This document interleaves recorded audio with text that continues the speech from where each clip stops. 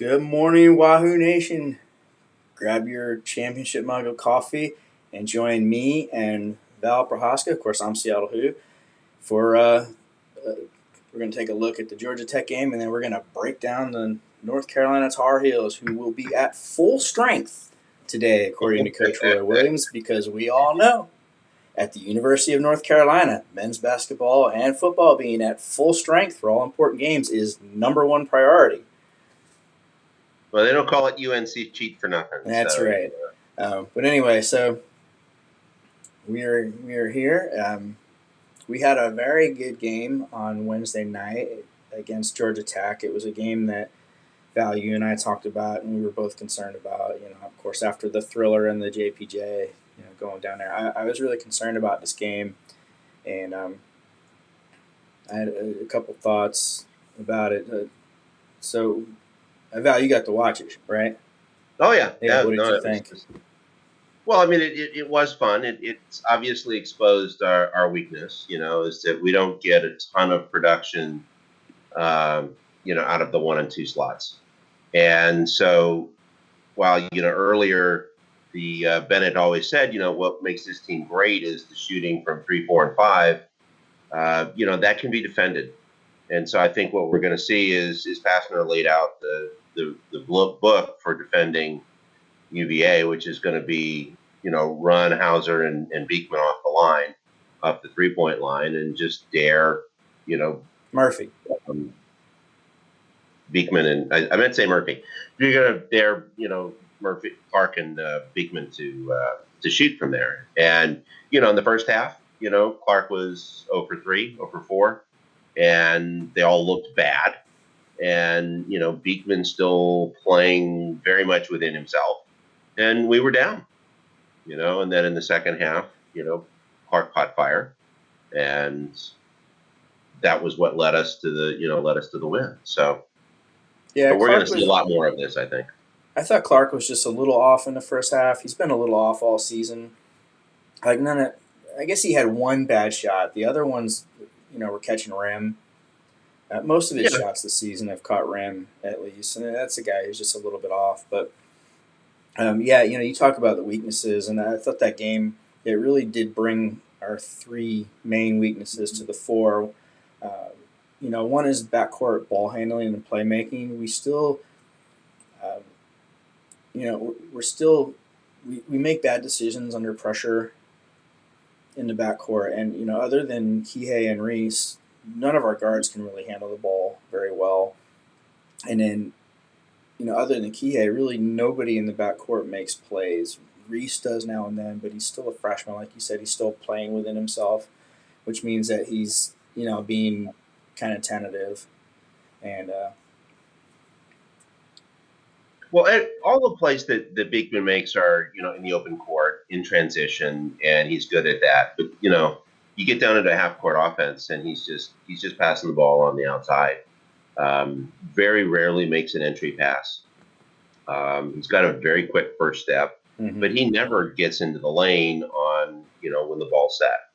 And we don't help. I mean, have you seen a screen for Beekman? No, we're not really doing that for him. we're not doing that on the screens anyway, but certainly ain't happening for Beekman. Morcell's doesn't have the handle, and Wilba Tensai's handle would have been really good at the JUCO level. Right.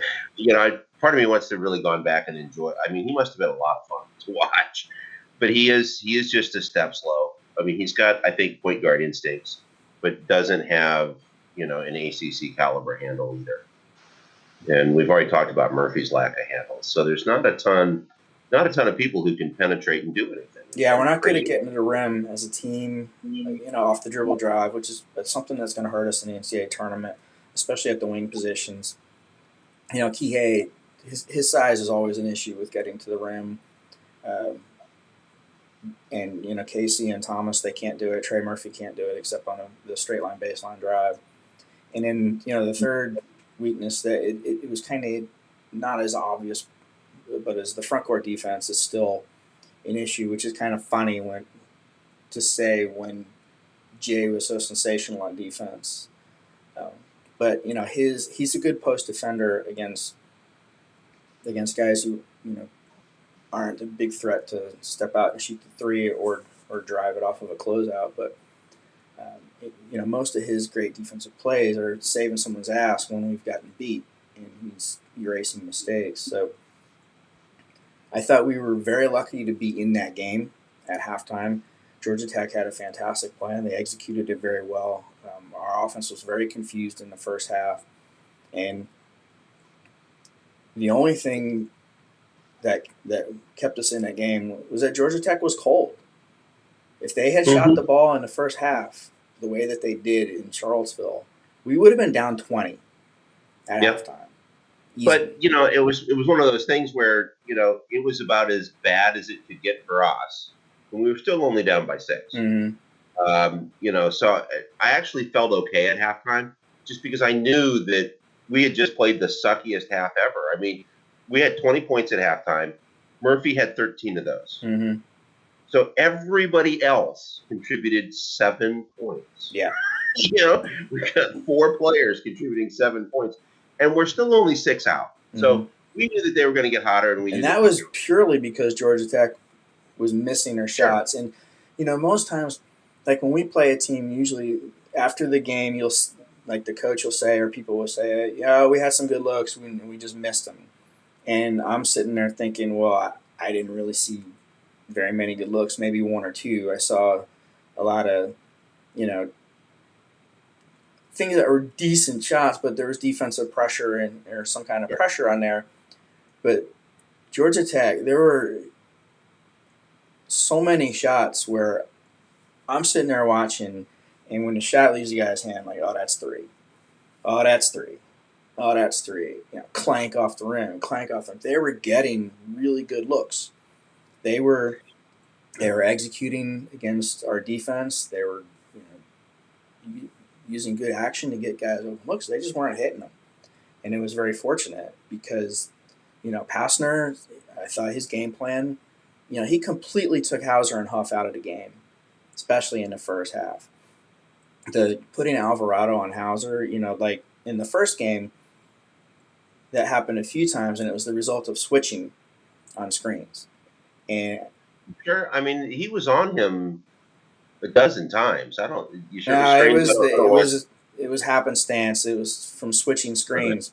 We were running screens, and they were switching everything, and so Alvarado would wind up on Hauser, and I think they saw how well he did against Hauser, and it was very clear in this game Hauser was Alvarado's assignment. Right. Like, he was not Alvarado's assignment in game 1. Okay. Yeah, and Alvarado basically stood up a guy who's 8 inches taller and has to be 40, 50 pounds. I mean, if you're a Georgia Tech fan, it must have been a lot of fun watching the development of Jose Alvarado. And you and I have both talked about that. But he just stood him up, and I mean, there's a lot of hands on his part, but he's given up 8 inches. Of course, there's going to. Well, we never forced the referees to call anything on him. I know. You have to.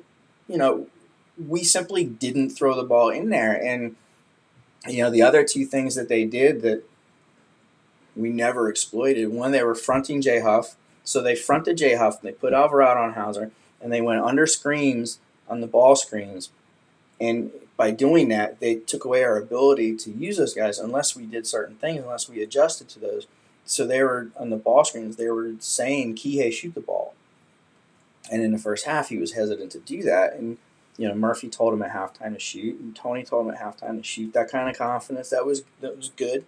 And, he came out in the second half and shot. But, I was extremely frustrated watching this because the whole game, there's only like once or maybe twice where, we posted Sam up, cleared things out, and got him an entry pass. Look, when you have a big guy being guarded by a small guy, what do you want to do? You want to throw it up high. You throw it up high, and then he turns and he shoots. Yeah. Throw it up high, turn and shoot. And we just never did that. We're bounce passing it to him. We're trying to bounce pass to him. We're not passing it to him. Then he's getting it out, and he's trying to dribble against the small guy. in a position. He's trying to turn with the ball down low and bring it up. It's just poor fundamentals of this. And, then in the second half, we come out at the very beginning and we get the ball to Sam, we get the ball to We Jay in the immediately went post. to Hauser and Jay. Exactly. The And first then two we never plays, go back to that. right out of the game. I know. Then late That in the was game, we've really got frustrating. Hauser.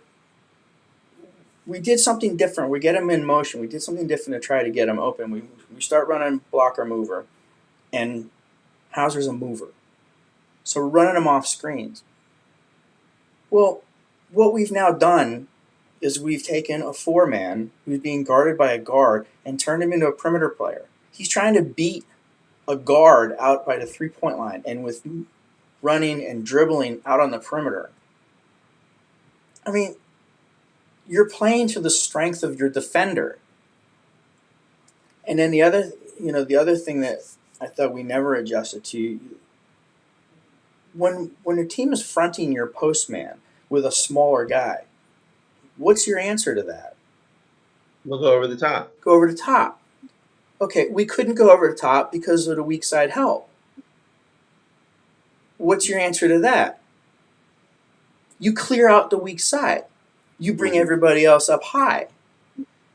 Look, if they want to have their, if you've got Trey Murphy and Thomas Woldensley over on the weak side, if they And want they want to leave him alone. if they want to sag off of those guys to take away the over the top lob pass to Jay Huff, I'm more than happy with that.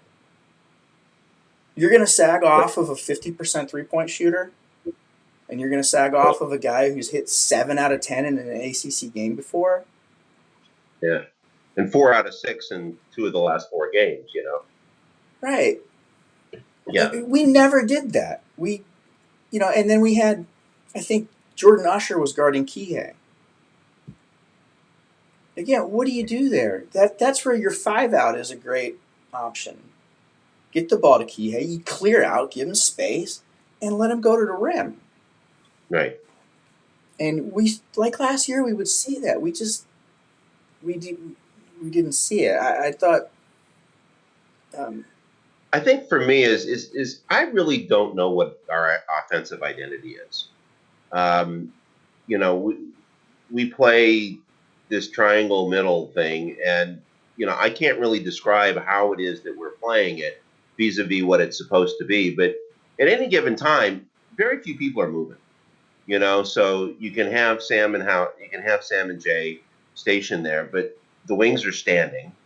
And Jay's he's in a posture where he's setting a screen at the elbow where there's nobody to screen, Mm-hmm. And Hauser, at one point, I saw Hauser actually do a 360 pirouette, like he was looking to see where it was he should go.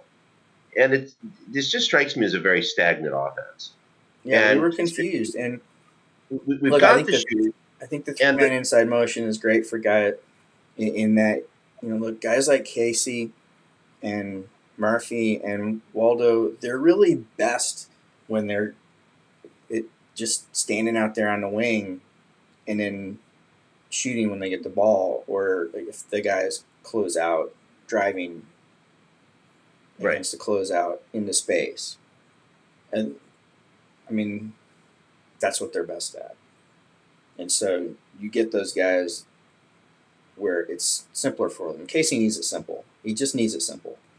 Yeah. He had his 4-game stretch of playing very well, and he's been really bad the last couple travels games. now, 3 games in a row, and they're all hesitation travels. They're the travels I would have made as a junior, trying to get minutes on my team, and yet here's a guy who's a 4-star recruit, shouldn't be traveling like that. Yeah. I mean, it's not. He's clearly in his head, and it's really sad. I mean, we all want Casey to be the player that we thought. I was looking back at it, thinking about it a couple of weeks ago. I don't know if I've ever seen Morcel smile from the court. I mean, I think that the pressure is just always there. He never seems content or happy. And I have a friend who watched him a lot in high school. Mm-hmm. And, he said he was, almost Magic Johnson on the court. He was having fun. He was balling. He was playing. And he's clearly stressed at this level. So I think you're right. We do have to simplify it for him, but it's, he takes one step forward and he takes two steps back. He's still young, Right. and He is. we We're not going to give we up know on him. he'll put in the work, and we know the staff will keep working with him. We know the staff is very good at a positive reinforcement kind of environment for player development. So he's not in a good place now, but he has contributed some this year, and definitely not going to make sweeping pronouncements about his potential or his future, because I don't think that's warranted. But let's close out the Georgia Tech discussion by talking about what was great. Look, Kihei was sensational in the second half, particularly was it around that 6 minute mark again? It is. It's about 6.5, 7 minutes. Yeah, I mean, it really is the witching hour. I've got the So play-by-play from the Georgia Tech game here, so let's take a look and see at 6 minutes. I'm gonna. I think you got to go to 7 minutes. I mean, he made a bucket, and I think it was a 2-pointer, and it was the next play was his play of the game, because the Tech cleared out for Alvarado up on the top right of the key. Top 6 minutes. We were down by a point. Yeah, and then Kihei hit a bucket to give us a lead at 45-44. Mm-hmm. And then hey, they scored. As you can see here, they hit a 3 by Alvarado at 6:18, and then at 6 minutes, Hauser hits the jumper to make it 1. Kihei hits the jumper to give us a lead. Kihei hits the 3 to give us the 4-point lead. They get a free throw, then we get a 3 from Murphy, a layup from Moldatense. All of a sudden, we're up by 8. Yep. And that's ball game. But that for me, 6 minute mark. Yeah, it really is. But it was that defensive play that Kihei made on Alvarado. After Kihei made the bucket and gave us the lead, 45-44, Tech cleared out for Alvarado. And he'd beaten Clark a couple of times. Alvarado's good and quick, but he was isolated against Kihei. And for 30 seconds, he had the ball. He was dribbling. He was jab stepping. He was trying to get the pump. And Kihei didn't bite it at all. Didn't let him go by at all. And eventually, he took the worst of 3-point shots, which is taking it off your stationary, off your own dribble. And he took the shot and he missed. And then Kihei came down and hit the 3. And not only that shot was very long. Yeah, he's got good range, but he doesn't have that kind of range for that kind of shot. He can hit from there if he's moving into the shot. Sure, or it's a catch and release or something like that. But he had no momentum. That was. I don't know that I've ever seen better on-ball defense, for one play. I don't think I've ever seen a defender do a better job than Kihei did on that play. Yeah, you're right. That was St. Luhu. He highlighted. He found a UVA men's hoops Twitter had posted that play in St. Louis. He found that and he retweeted it with a comment. The same thing. That was crucial. That was by far, but so while we sat here and praised that, that of course is not the best defensive play of the game, even, because that goes to Huff's, block of Moses Wright at the end of the second half, or the end of the first half, where Hauser it was a great play. I'm going to go with Kihei though, because that. He had to guard Alvarado for so long and against so many moves and different moves, and you just never see the defender able to repeatedly stone a really good offensive player like that in one isolation. Alvarado couldn't get anywhere on him. Yeah. He wound up farther from the basket at the end than he started out when he started all those moves. That's just. Yeah, it's unbelievable defense. It was brilliant. So it was great. I gave Kihei the inaugural Seattle Who's Eli Manning Award, which I will give to the player who sucks for 3/4 of the game and then wins it for you at the end. And that was Kihei. Man, his haters must have been so happy. They must have You been know, ecstatic in the first half, man. At halftime, they must have been like, "Yeah, man, we're right. He sucks. He sucks, man. Everything I said about him, I was justified." And then Kihei comes back in the second half, serves up that "shut the fuck up" juice. well, that's actually how I phrased it in my plus minus. Is that he gave a lot of ammunition to the haters in the first half, but I don't understand the hate. I mean, I understand that he has limitations and he's never going to grow to be 6'3". But all the man does is win. Mm-hmm. I mean, we talked about it all last year. We were 15-5 with a really sucky team. We're 10-1 right now, Yeah. 2 games ahead of everybody else, and And it was the same with peak Eli Manning, man. The hate that he got from Giants fans was unbelievable.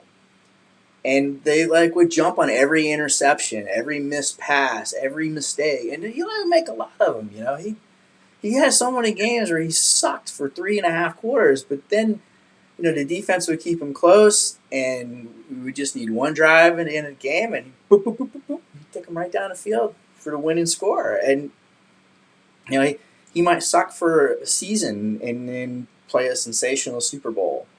And well, Kihei's the yeah, same way. And, yeah. they make, It would be one thing if we'd gone 5-15 last year and we're six yeah. and seven this year or something. Yeah, I could see maybe needing to move on, but all Kihei does is win. Mm, And he's done it. He's done it for 3 seasons, and he's still the possessor of the greatest play in NCAA history. I mean, what more does this man have to do except grow 5 inches, which yeah, I don't he's know. just not. It's just anyway. So for those of us who love Kihei Clark, we do love the fact that he shut everybody up, and I'm He just didn't shut astounded. anybody up. Haters Well, will no, never shut up, man. They're just waiting for the next mistake. They're just yeah. But you know what? true.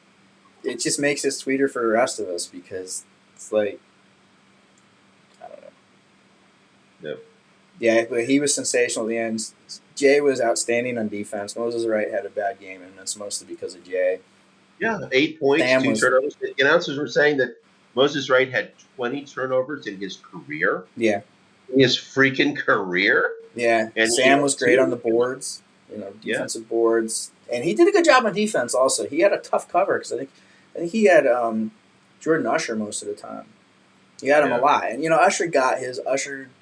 He's aggressive going to the rim, but most of those came, when Usher was able to go to the rim before our defense was set, sure, which is really kind of a good segue into Carolina right. because that's what Carolina's whole system is. They're up tempo trying to get down court before you can get your defense set and taking advantage of you. So um, I know you have to go soon. Before you Yep. go, all right, you going to be able to watch the game today? Oh, absolutely. Okay. I mean, it's on the schedule. That's those are the first things that go on the calendar. Are the women's soccer games and the men's basketball. So everything else is predicated around that schedule. But it'll be interesting. I mean, as always, as per usual, got a monster front court. But the thing that I think gives me hope is that these are the guys that don't stray out to shoot the three. So these guys are not going to challenge Huff by making him move that laterally. Um, and their backcourt is still green. You can see that Caleb Love is a 5-star, Mm. and he's going to be fine. He's going to be a great ball player. But in the end, he's still a rookie. I've actually been more impressed with Kerwin Walton, just because Walton's shooting lights out, and he's very, very comfortable seeming to take the shot. Love is also seems very, very confident to take the shot. He just hasn't had the body of work or body of evidence to show that he ought to be the man taking the shot. And so, Garrison Brooks, who I think was whose place preseason player of the year, is having a down year by his standards. And I think it's because he's got a lot of rookie freshmen who hoist the ball up when they ought to be figuring out a way to beat the guy. And I think maybe that'll come for him. But I guess I'm sad that Dayron Sharp and Baycott are going to be playing because if they'd been at Virginia, they'd be riding the pine right now. But it'll be a Yeah, we better recruited test for both us. of those guys. Tony put a lot of work into recruiting Armando Baycott. Yeah. And we recruited Sharp for a while early before he blew up, and then once Carolina got involved, that was the end of that. He was Sure. he's a Carolina kid. He was always going to go to Carolina. And in my opinion, Baycott was always going to go to Carolina too. Baycott and Coleman, these kids from Richmond, man. If Carolina or Duke offer, that's where they're going. Write them off. Stop recruiting them. And Sure. for Baycott, it makes absolute sense to me. I still think Carolina's got the best big man coaching in the country. Yeah. Um, It makes and sense. he's a good example. He's definitely one of our players to watch. I've never really liked his game. I've never really liked what I see of his attitude. I don't know. I wasn't really. I was not unhappy that he I chose to mean, go he's to signed somewhere else. UNC. But he's really gotten better from last year Yeah. to this year. He's rounded out his game more. I've got some video clips I'll show in a few minutes. But Well, I'll let you show them now. I'm going to head off. all So, right, Wahoo, everybody. Game time is 6 p.m. Eastern. As for Seattle, obviously it'll be 3 p.m. So he's got an afternoon game. But we're on ESPN, and Dickie Visa are going to be there, right? I have no idea. Yeah, I think it's Joanne Bounding. yeah. So well, if Dickie V sticks to the game in front of him and doesn't go off on tangents and talk about Duke all the time, he's actually an enjoyable announcer because he knows the game and he explains it. I think his enthusiasm is catching, and sometimes he does that. He'll stick to the game, and then I enjoy him.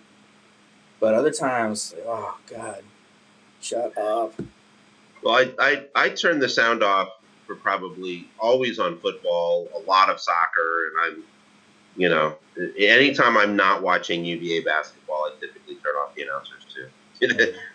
they're not telling me stuff I want to hear. So Yeah, the ambient sounds of the game are just such a big part of my enjoyment that sure. Well, just like that's what you miss. yeah. So all right, Wahoo, everybody, enjoy the game, and we're going to be doing a podcast that'll drop, probably next Tuesday, where we'll talk about the UNC game, and then of course preview Monday night's clash against. Well, we're not previewing the Monday night game, if we're dropping it on Tuesday. So I'm going to try to get it out on Monday morning. I That's right. think look for it on Monday because I think we'll be able to do that. All right. Good All right, night. thanks, Have a Val. good day, guys.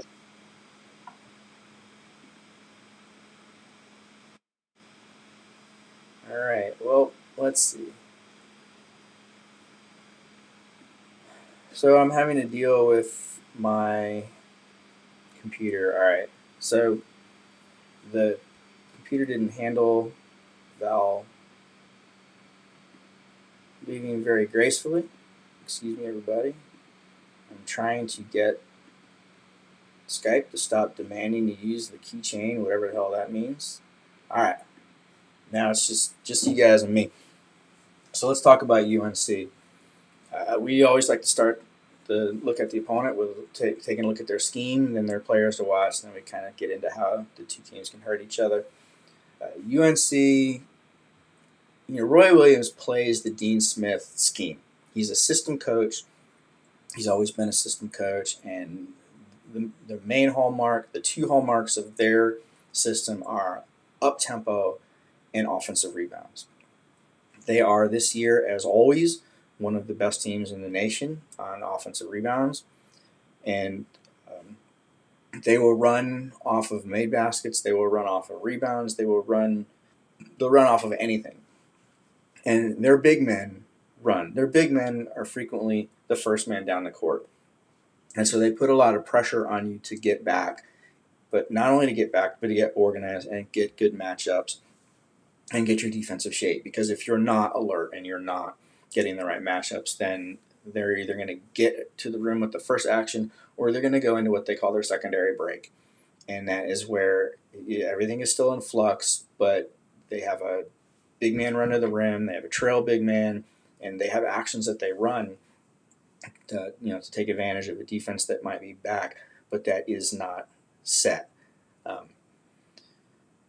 if they don't get to score off the secondary break, then they're going to move into a motion offense, and they'll do a lot of different things. You'll see them do a lot of the things that we do. They'll do, they'll run some what looks like blocker mover with the pin downs and flares, and they'll run a lot of ball screen stuff, and they post up a lot because they always have big men who are good in the post, and then they'll play off of that and 2-man actions and stuff. So they've got a pretty good system, but they're trying to get the ball up fast, and then they go to the offensive boards. They send their bigs to the offensive glass. They'll have everybody, try to get the offensive rebound. And then on the defensive side, they're mostly a man-to-man team, or almost exclusively a man-to-man team. But they got some zones, and they'll play some zones if they need to. And they have a jump trap. That's something that Dean Smith used a lot. Where sometimes they'll it's called blitz, the ball screen, where they'll double team the dribbler. Sometimes, especially off of sideline inbounds plays, they'll jump out in the midcourt and double team the ball handler, the receiver. So that's kind of their scheme. It's the same every year. There's no, there's no need to see how are they going to play this year. You know how they're going to play. It's just they're counting on being able to do it so well that you can't stop them. And with most teams, that is the case. Now, we've won like 7 in a row.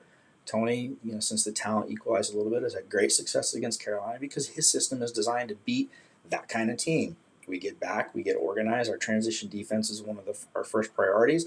So we typically don't let them do that very often. And then defensive rebounding is another non-negotiable priority. So we box out, and we generally don't let them get a lot of offensive rebounds.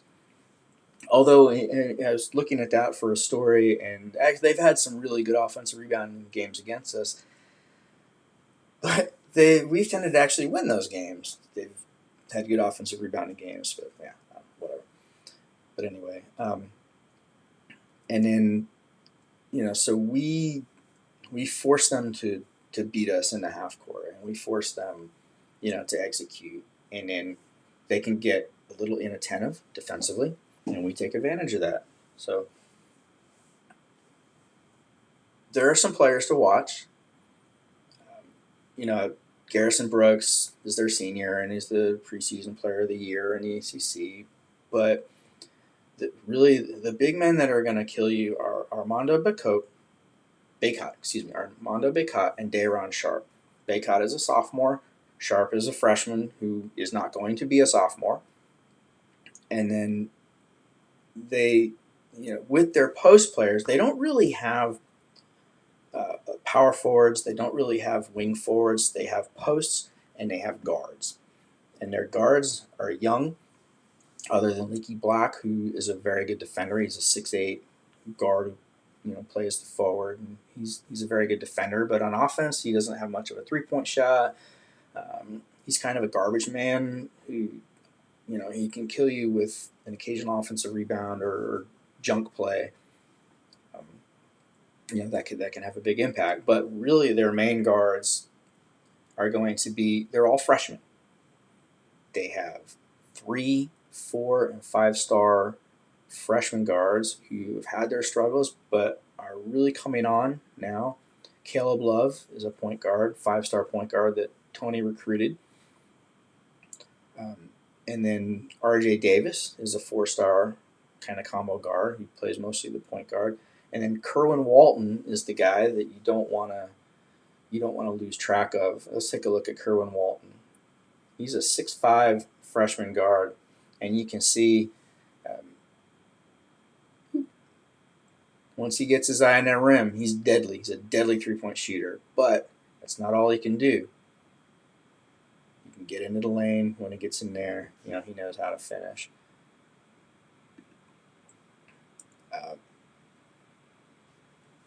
So the way Kerwin is going to hurt you, like in that first clip there, that was a secondary break kind of situation. They bring the ball up, they run their play. Kerwin, he passes the ball off and then sets up, and he kind of gets forgotten. The defense forgets about him, and that's the theme here with Kerwin Walton. He's going to kill you if you forget about him. He's a Thomas Wolde Tenside. If you stay on him, if you're always alert to him, then you can control him because he's not really going to kill you other ways than with the open catch and shoot. But man, that open catch and shoot, he's deadly. And with Carolina's offense, with the great post play, and with the great secondary break and the offensive rebounds, that's another context where he can kill you. Offensive rebound. What's the best time to shoot a three? You hear the announcer say it. Offensive rebound. So in those three areas, if we're not alert to Kerwin Walton, he's going to hit some shots, and that's going to change the game. If they shoot well from the three, they're going to win the game. If they don't shoot well from the three, we're going to win the game. And now let's take a look at Armando Bacot. He's had a very good season. He's gotten so much better from last year. And he can do a lot of things. You can see here they run off of the made basket. And who's the first man down the court? Armando Bacot. So he's able to get into position to get the offensive rebound, which is one way that he can score. But that's not the only way that he scores. He can do it on his own. Here he's driving from the top of the key. And, that's bad defense, but it's something that he can do. And if you lose track of him, here, let's kind of pause this and back it up a little bit, because this is on that secondary break kind of situation. Yeah, see, they're coming down, they're setting up. Bacot's in the middle of the floor, and the defense is unaware of him. Sag back, they give him space. That mid-range jumper is something he's added to his game. And he can play defense. Here, great defensive play. And let's see who's the first man down the court. That's his freshman friend, Day'Ron Sharpe, who's in position for the offensive rebound if he's needed, or for a dump off if he's needed. Here he's not, because Caleb Love goes all the way to the rim. All right, so we saw Carolina basketball in action there. Pushing it up, getting down there, getting offensive rebound, playing with their postman. All three of those guys are very good in the post. They have really good touch in the post. So defending their post game is going to be an issue. I kind of like that matchup for us, though, because Jay's a good post defender. As Val said, none of these guys are a guy who's going to be pick and popping you to death, coming out to the three-point line to take the shot where you have to close out on them. So they're not the kind of big man that Jay has a very difficult time guarding. They're not the kind of big man that we have no answer for.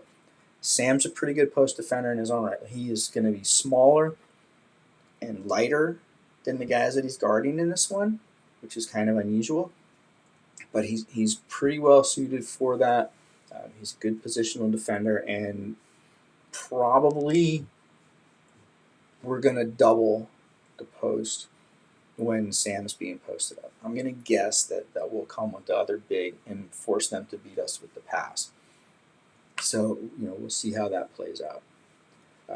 Day'Ron Sharpe, let's take a look at him. You saw him there at the end of that other video, but this is all about him. He's not even in the picture. He's the trail big. And the defense doesn't account for him. Here, hangs out. Again, defense loses him. And he's got a mismatch, and he takes advantage of it. Those are just a couple of things for Sharpe. I chose not to kind of focus on their post, because post play is post play. And, Sharpe is 6'11", 265-pound freshman. He's got a man's body, and he's a freshman. And he's quick, and he's agile, and he's aggressive. And he's just a monster. If he was going to stay in college for 3 or 4 years, he would be an absolute beast. But he's not. This is it for him. He's gone to the NBA next year. Nobody said that, but you watch him play. It's just obvious that he's going to be drafted by the NBA. So we got to look at some of the guys that we need to watch. Kerwin Walton is number 24. Day'Ron Sharpe is number 11. Armando Bacot is number 5. Caleb Love is number 2. I think R.J. Davis is number 4. I should know that. Let's see if we can. R.J. Davis, yeah, he's number 4. You can see him here. Leaky Black is number 1. They have a number 0, Anthony Harris, who's a pretty good shooter, and another guard who plays some. Um, but they do not generally hit a lot of threes. They'll take a lot of threes, but Kerwin Walton is the only one on high volume who's hitting a lot of shots. You see Caleb Love 20 for 77 for 26%. RJ Davis 18 for 60 for 30%. Leaky Black 8 for 27 for 30%. And then freaking Playtech. Andrew Playtech has taken 41 threes this year, and he's hit 14 of them, so a little over a third. But there's Kerwin Walton, 32 for 70. That's 45.7%. So that's what I mean. You really have to know where that kid is, or he can beat you. And that kind of segues into how can Carolina hurt us? Carolina can hurt us if they can take advantage of some of the weaknesses that we've shown. At times we turn the ball over. Our backcourt ball handling, their guards are extremely talented. They can take advantage of us, and if we turn the ball over, they're going to hurt us.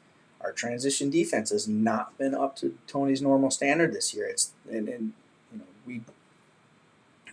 If it's not in this game, that's going to be trouble. They can hurt us, so we have to get back and get organized.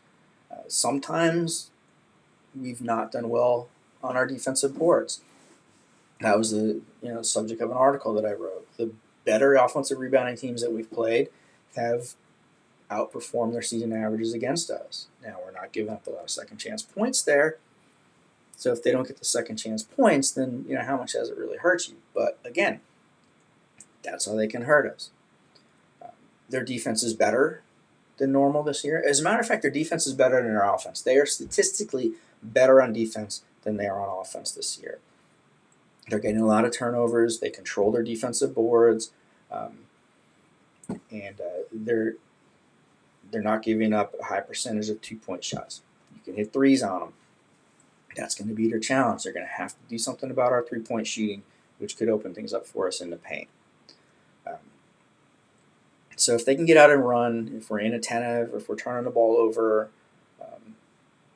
that's how they're going to hurt us. Excuse me. Now, how can we hurt them? The same way we always hurt them, by being disciplined, by forcing them to play in a half court. They will turn the ball over. They will make mistakes. They try to force things. Their defense, if you can force them to play half court defense, they're young, and because they don't have a thing that they do on ball screens. They kind of do whatever seems to fit the circumstances. Sometimes they go under it. Sometimes they'll switch. Sometimes they go over it and fight through it. They're pretty good at that. But that can cause them some issues, like you're going to see here.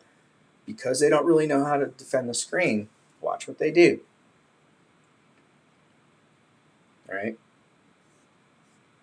They both go to the same guy. The offense recognizes this, and they get an open shot. If they do that against us, we're going to hit a lot of shots. And so, because they are so young, look, their main guys, the guys that I'm talking about, the oldest one is a sophomore. Their best players are 1 sophomore and 4 freshmen. And that is something that we can take advantage of. That's how we can hurt them. I think we're going to see a lot of different offenses today. We're going to see some blocker mover, and you all know how I feel about the blocker mover. However, I think as Brian Geisinger highlighted in the Georgia Tech game where we had some really good success with blocker mover, it's a good offense when it's a change of pace and when it's something that the other team hasn't really prepared for. Because what the blocker mover takes advantage of is teams that lack discipline, teams that will lose discipline and lack continuousness. This Carolina team is one. We can catch them trying to go over screens. We can catch them, being a little bit late, a little bit inattentive on things. And so look for some blocker mover. We can hurt them by making them play young. Box out, make them make decisions that they don't normally have to make. And Kihei Clark on Caleb Love. He's going to be a challenge for Love. The thing I love about this matchup for us is they have 3 freshman guards. So for them, this is their first experience with Bennett ball.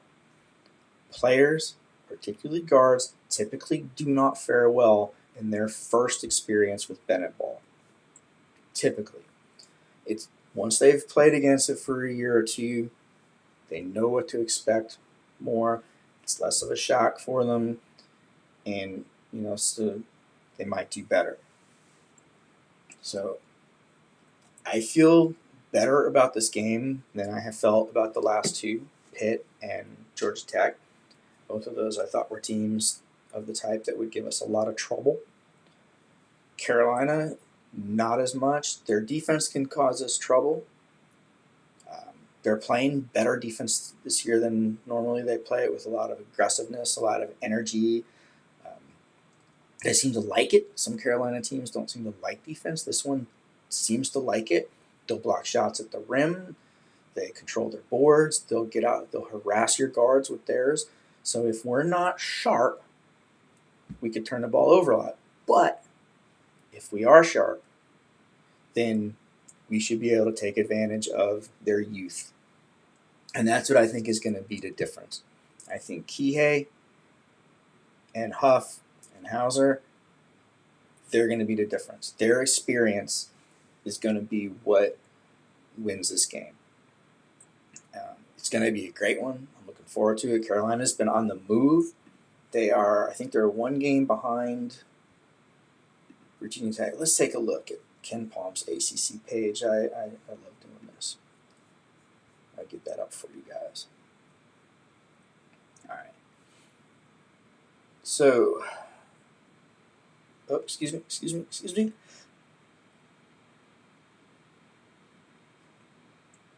I had to sneeze there, but I think nope, here it comes. It's coming back. Excuse me. All right, sorry. Anyway, here's Virginia in our rightful place on top of the table. 10-1 in the conference with sort of a 1-game lead over Florida State. They've only played 8 games. We've played 11. But we've got a 2-game lead over Virginia Tech, and then we're 3 up on North Carolina, who's down here in 5th place. And they were farther down just a few weeks ago. They've had a pretty good run. So they're 7-4 in the conference. They're on the move. You can see here's conference-only defense. North Carolina down here at offense, excuse me. North Carolina's at number 8. Your typical North Carolina team is going to be up here where Florida State, Virginia are. And you look down here, their conference-only defense is number 6, excuse me, number 6. So they're actually higher rated on their defense than they are on their offense, like I said. But look at this red over here under 3-point percentage defense. They're 13th in the conference. They're allowing teams to shoot 38% from the 3-point line.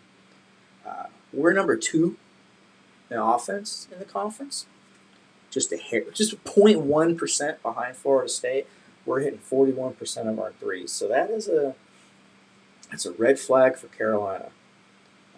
But they don't give up offensive rebounds. They're number 6 in the conference at forcing teams to turn it over. They're not fouling people. All right, so there you have it. So I think I'm going to wrap this up. And as always, the last segment is the prognosis. I've been telling you, I feel good about it. St. Wahoo feels good about it too. He's got us winning the game by 8, 70-62 in his preview. Check out his preview on our site. Excellent work as always. And I think 70-62, UVA winning by 8. I'm going to agree with that. I think our experience is going to be too much for them. You put in a UVA team with experience against an inexperienced opponent, usually doesn't go well for the opponent. And they don't, Garrison Brooks, he's a senior. Leaky Black, I think, is a senior. But they're just not, they're not in positions to put enough influence on this one. And I don't know that Carolina is positioned to take as much advantage of our inexperience as other teams are. They don't have that mobile inside outside, 6'8", 6'9", long big man that we have no answer for. Think Jericho Helms, Jordan Usher. This is one reason I'm worried about Duke. Jalen Johnson. Jalen Johnson is exactly the kind of player that we frequently have no answer for, so I'm really worried about him. But that's next week, and we have Carolina and Florida State before them, before Jalen Johnson. Florida State, woo, that's going to be a great game. And that's Monday. We have to play Florida State down there on Monday after having played North Carolina on Saturday. And we will preview that game for you. We're going to have a podcast for you. So I'm going to sign off by saying I agree with St. Louis, 70-62 Hoos. We're going to go to 11-1 in conference, and it's going to be a great game. So enjoy it, everybody, and Wahoo Wakeup. This is Seattle Hoo signing off.